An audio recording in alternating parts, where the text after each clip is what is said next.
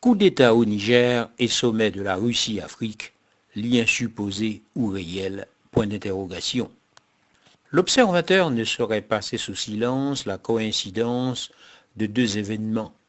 Il s'agit du coup d'État au Niger et le sommet Russie-Afrique.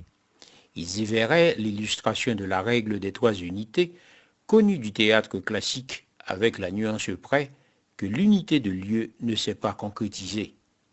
On peut poser l'hypothèse en tout cas de l'unité d'action.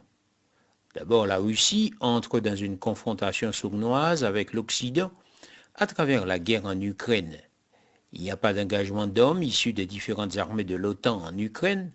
En revanche, 1 an et demi après le début de la guerre menée par les Russes en Ukraine, les pays qui soutiennent Kiev se sont engagés à verser au moins 157 milliards d'euros d'aide militaire, financière ou humanitaire, selon le dernier rapport de l'Institut Kiel, publié le 6 juillet en cours. La Russie tente de se situer dans les logiques d'affrontement des puissances à l'œuvre dans le contexte d'une recomposition géopolitique. Elle multiplie en effet des initiatives qui visent à réduire l'influence des puissances rivales, notamment celle de la France. Celle-ci a connu différentes épreuves en Afrique qui l'obligent à céder du terrain, ce qui a facilité le resserrement des relations diplomatiques et militaires entre des pays africains et la Russie. C'est l'inefficacité des interventions militaires françaises qui n'ont pas pu limiter la poussée des islamistes, par exemple en Centrafrique, au Mali et au Burkina Faso. Ces interventions n'ont pas pu sortir ces États de leur statut d'État failli, corrompus, dirigés par des élites moins éduquées du continent. La France, de son côté, n'a pas pris le temps d'évaluer ses erreurs et notamment son retrait précipité de la République centrafricaine. La Russie y trouve alors une brèche facile. L'effondrement de l'État au Mali a par exemple permis à la Russie d'ouvrir un accès au Sahel. La contagion de l'insécurité et de l'instabilité au Burkina Faso a permis à la Russie d'étendre son influence sur la bande sahélo-saharienne. Au Sahel, Mohamed Bazoum est l'un des derniers présidents civils et issus d'une élection. Ses homologues et voisins maliens, Ibrahim Boubacar Keïta, alias Ibeka, et burkinabé Roch Marc Christian Kaboré, ont été successivement chassés du pouvoir par des militaires. Le Niger est par ailleurs aujourd'hui l'un des derniers alliés au Sahel de la France avec le Tchad. On peut raisonner à l'inverse en indiquant que la Russie n'aurait rien à voir avec ce coup d'État nigérien. Dans un contexte fragile, le Niger est le dernier maillon. Le président Bazoum n'a pas su garder les privilèges des soldats de sa garde présidentielle, si choyés par son prédécesseur. Mohamed Bazoum savait son pouvoir fragile.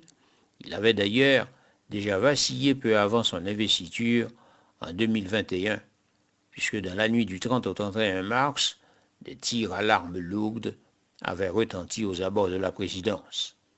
Le coup d'État de Mohamed Bazoum est une difficulté supplémentaire pour la France, puisque le Niger est aujourd'hui, tant pour la France que pour les États-Unis, un partenaire stratégique dans la lutte contre les groupes djihadistes au Sahel.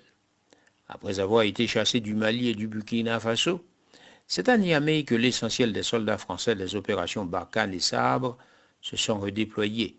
Le Niger, en outre, fournit de l'uranium à Paris, ressource qui est également recherchée par la Russie à travers son groupe de mercenaires Wagner.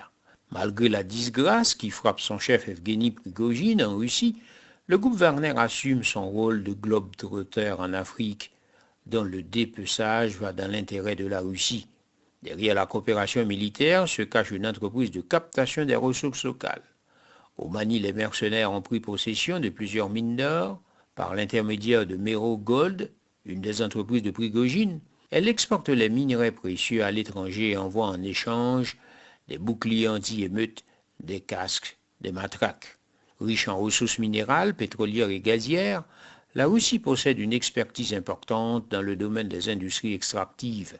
Elle convoite comme d'autres pays les richesses en Afrique par le biais de plusieurs entreprises qui sont présentes en Angola, en Guinée, au Burkina Faso, en Zambie, au Zimbabwe, en Afrique du Sud, au Botswana, au Cameroun, au Nigeria, au Ghana et en Égypte. Les sociétés russes, comme nous l'avons souligné tout à l'heure, sont présentes au Niger en quête de son uranium. Et pour noyer les intérêts de la France, les Russes viennent de créer en août 2022 une association civile du nom de M26, sur le modèle de la Fondation russe pour la protection des valeurs nationales. Le Niger est donc dans le collimateur de Wagner. Le contexte d'un État fragile, soumis aux convoitises de la garde présidentielle, soucieux de la sauvegarde de ses privilèges et acquis, est favorable à la Russie. C'est sans doute sous cet angle qu'il faut envisager l'interaction entre la Russie qui est à l'œuvre et l'Afrique qui cherche sa place dans ce monde en recomposition. Et le président Poutine prend à témoin des anciens alliés d'Afrique, notamment la France. Ce sommet des chefs d'État illustre la capacité et la détermination de la Russie à construire ce qu'il appelle un nouvel ordre mondial. 17 chefs d'État en Russie, le succès est mitigé comparativement au sommet précédent auquel ont participé 47 chefs d'État. Des pays sous contrôle russe qui ont fait davantage le déplacement. En termes de commerce, 5% du commerce des Européens, c'est le niveau du commerce de la Russie avec l'Afrique. Mais le cas du maréchal Sissi de l'Égypte est symptomatique parce que les échanges commerciaux avec la Russie sont de l'ordre de 8 milliards de dollars. De plus, c'est la société russe aux atomes qui construit El-Dabar, la première centrale nucléaire de l'Égypte. La Russie consolide en effet un peu plus sa position de partenaire incontournable de l'Afrique en termes de développement de l'énergie nucléaire civile. Le président russe, Vladimir Poutine, promet également de livrer gratuitement dans les mois qui viennent des céréales à 6 pays africains.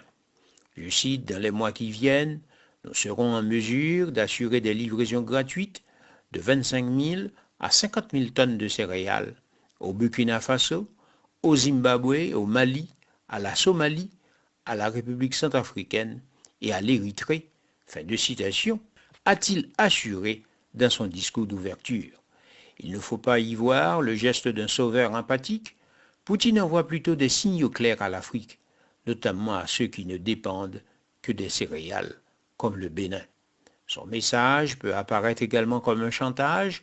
Autrement dit, la fidélité africaine serait monnayée par la Russie. C'est un levier fort utile à celle-ci, construire un narratif contre l'Occident et inciter des flux de réfugiés à accéder davantage aux côtes des pays de l'Europe.